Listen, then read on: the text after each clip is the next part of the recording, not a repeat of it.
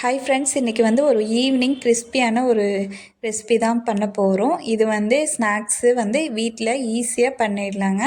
அதுவும் இல்லாமல் சட்டுன்னு பண்ணிடலாம். இதுக்கு வந்து ரொம்ப டைம்லாம் எடுக்காது. டேஸ்ட்டு சூப்பராக இருக்கும். அதுவும் இல்லாமல் இதில் வந்து நம்ம உளுந்து எதுவுமே சேர்க்க போகிறது கிடையாது. ரொம்ப ஈஸியாக பண்ண போகிறோம். இதுக்கு வந்து நார்மலாக நம்ம சாப்பாட்டு அரிசி எடுத்துக்கோங்க. அதை வந்து நல்லா 2 மணி நேரம் ஊற வச்சுக்கோங்க. புழுங்கல் அரிசி தாங்க, பச்சரிசிலாம் கிடையாது. இப்போ நான் கையில் வந்து காப்பு கட்டியிருக்கேங்க. மாரியாத்தா கோயிலில் வந்து திருவிழா, அதனால் நான் வந்து காப்பு கட்டியிருக்கேன். அதுதான் அந்த மஞ்சள் துணி, வேறு ஒன்றும் இல்லைங்க. விரதத்தில் இருக்கிறனால அந்த மாதிரி இருக்குது. இப்போ பாருங்கள், நான் அரிசி வந்து மிக்ஸி ஜாரில் சேர்த்துட்டேன். இப்போ தண்ணி ஊற்றி நல்லா அரைச்சி எடுத்துக்கோங்க. இட்லி மாவு பதத்துக்கு அரைச்சி எடுத்துக்கோங்க. இப்போ பாருங்கள், இதை வந்து ஒரு பவுலுக்கு மாற்றிட்டோம். இப்போ வந்து நான் ஒரு 5 உருளைக்கிழங்க நல்லா வேக வச்சு இந்த மாதிரி தோல் நீக்கிட்டு மசிச்சு விட்டுருங்க. மிக்ஸி ஜாரில் போட்டுக்கோங்க. இதை நம்ம அரைச்சி எடுக்க போகிறோம். இதில் வந்து நீங்கள் தண்ணி சேர்க்கறதுனால சேர்த்துக்கலாம், இல்லை அப்படின்னாலும் நீங்கள் அப்படி கூட அரைச்சிக்கோங்க. அது உங்கள் விருப்பம்தான். தண்ணி வந்து லைட்டாக தான் சேர்க்கணும், ரொம்ப சேர்க்கக்கூடாது. நான் வந்து தண்ணி இல்லாமல் தான் அரைச்சிருக்கேன். நான் மாவு கலக்கையில் லைட்டாக தண்ணி ஊற்றுவேன், அவ்வளோதான். இப்போ வந்து இதை அரைச்சி எடுத்துக்க போகிறோம். இதை பாருங்கள், நல்லா பேஸ்ட் மாதிரி வந்திருக்குது. அதை வந்து இதில் நம்ம கலக்க போகிறோம். இது வந்து கம்ப்ளீட்டாக உளுந்து எதுவுமே கிடையாதுங்க. இது அரிசியும் உருளைக்கிழங்கையும் வச்சு பண்ணுறதுனால இது வந்து டேஸ்ட்டும் சூப்பராக இருக்கும். கண்டிப்பாக ட்ரை பண்ணி பாருங்கள், அவ்வளோ சூப்பராக இருக்குங்க. இப்போ பாருங்கள், இது நல்லா இது ரெண்டையும் போட்டுட்டு அதுக்கப்புறம் ஜீரகம் சேர்த்துக்கோங்க. அடுத்து சில்லி ஃப்ளேக்ஸ் சேர்த்துக்கோங்க. அடுத்து பச்சை மிளகா ஒன்று நல்லா கட் பண்ணி சேர்த்துருக்கேன். அடுத்து கொத்தமல்லிங்க.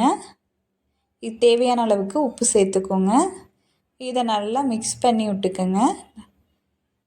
நான் வந்து இதை நல்லா கலக்கிக்கிறேன். இது வந்து கிட்டத்தட்ட வடை மாவு பதத்துக்கு கலக்கிக்கணுங்க. இது கிட்டத்தட்ட உளுந்த வடை மாதிரி தாங்க, டேஸ்ட் நல்லாயிருக்கும். ஆனால் நம்ம உளுந்தே சேர்க்க போகிறது கிடையாது, நம்ம குட்டி குட்டியாக சேர்க்க போகிறோம். நம்ம வந்து நார்மலாக அந்த இது மாதிரி பண்ணுவோம்ல, அந்த மாதிரி ஒரு குட்டி குட்டி போண்டா செய்வோம்ல, அந்த மாதிரி தான் பண்ண போகிறோம். இப்போ பாருங்கள், இந்த மாதிரி பக்குவத்துக்கு நீங்கள் மாவு கலக்கி எடுத்துக்கோங்க. ரொம்ப கெட்டியாக இருந்தால் லைட்டாக தண்ணி சேர்த்துக்கோங்க, ரொம்ப சேர்க்க வேணாம். மாவு பதம் வந்து இந்த மாதிரி தான் இருக்கணும். போட்டோம்னா இந்த மாதிரி கீழே விழுகணும், அந்த மாதிரி சேர்த்துக்கோங்க. நல்லா கலக்கி விட்டுக்குங்க. கைகளே இந்த மாதிரி கரைச்சி விட்டுக்குங்க. கரைச்சி விட்டோமா? இப்போ பாருங்கள், இப்போ வந்து ரெடி ஆயிடுச்சு. இதுக்கு வந்து நம்ம ஒரு சட்னி ரெடி பண்ண போகிறோம். இது வந்து சூப்பராக இருக்குங்க. இந்த சட்னியில் நான் வெங்காயமே சேர்க்க போகிறது கிடையாது. இதில் கடுகு உளுந்தம்பருப்பு சேர்த்துக்கோங்க. அடுத்து வந்து கடலைப்பருப்பு இல்லைன்னா துவரம்பருப்பு, ரெண்டில் ஏதோ ஒன்று சேர்த்துக்கோங்க.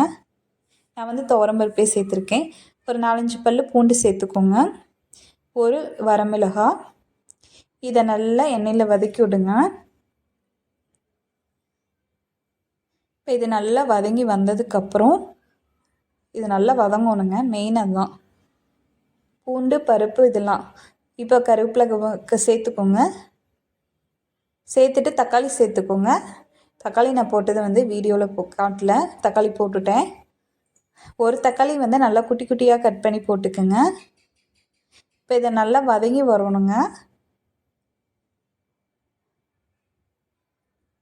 நல்லா வதங்கி வரையில் இந்த டைமில் நீங்கள் வரமிளகாத்தூள் வந்து ஒரு 1/2 ஸ்பூன் சேர்த்துக்கோங்க. அப்புறம் நம்ம உப்பு சேர்த்து இதை அரைச்சி எடுக்க போகிறோம், அவ்வளோதாங்க. இந்த சட்னி வந்து ரொம்ப சிம்பிளுங்க, டேஸ்ட்டும் சூப்பராக இருக்கும். இந்த சட்னி நீங்கள் தோசை இட்லிக்கே சாப்பிட்டுக்கலாம், அவ்வளோ சூப்பராக இருக்கும். இதில் நம்ம ஆனியனே சேர்க்கல, ஆனால் இந்த சட்னி அவ்வளோ டேஸ்ட்டாக இருக்கும், கெட்டும் போகாது. டே ஃபுல்லாக வச்சுக்கலாம், இந்த மாதிரி தான் இருக்கும். இப்போ பாருங்கள், இதை நம்ம அரைச்சி தனியாக எடுத்துக்க வச்சுக்க போகிறோம். இப்போ பாருங்கள், இதில் ஒரு கடாய் வச்சு எண்ணெய் ஊற்றிக்கலாம். நம்ம வந்து அந்த மாவு வந்து நம்ம இது போட போகிறோம், அதுக்கு தான். எண்ணெய் நல்லா சூடானே இந்த மாதிரி கையில் எடுத்து கொஞ்சம் கொஞ்சமாக சின்ன சின்னதாக இந்த மாதிரி போட்டுக்கோங்க. எண்ணெய் வந்து மிதமான ஓரளவுக்கு சூடு இருக்கணுங்க, ரொம்ப சூடுன்னு ஓரளவுக்கு சூடாக இருக்கணும், எண்ணெய் காஞ்சிருக்கணும்.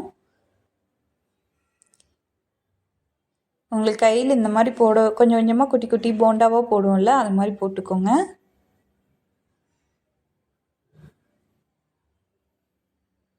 போட்டுட்டு நீங்கள் உடனே திருப்பி விடாதீங்க.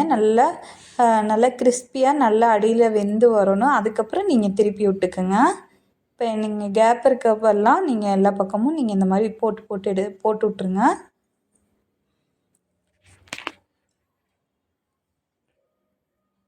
அடுப்பு வந்து மீடியம் ஃப்ளேம்லேயே வச்சுக்கோங்க.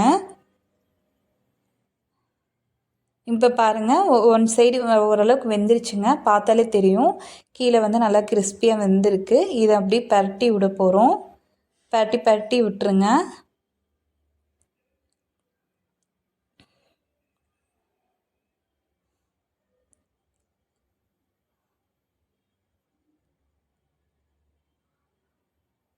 நல்லா பரட்டி விட்டுட்டு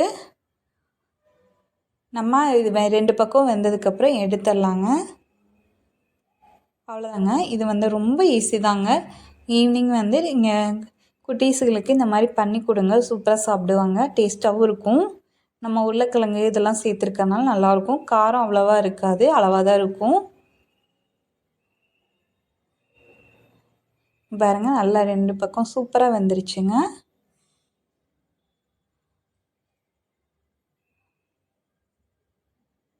செம்மையாக இருக்குது பாருங்கள்.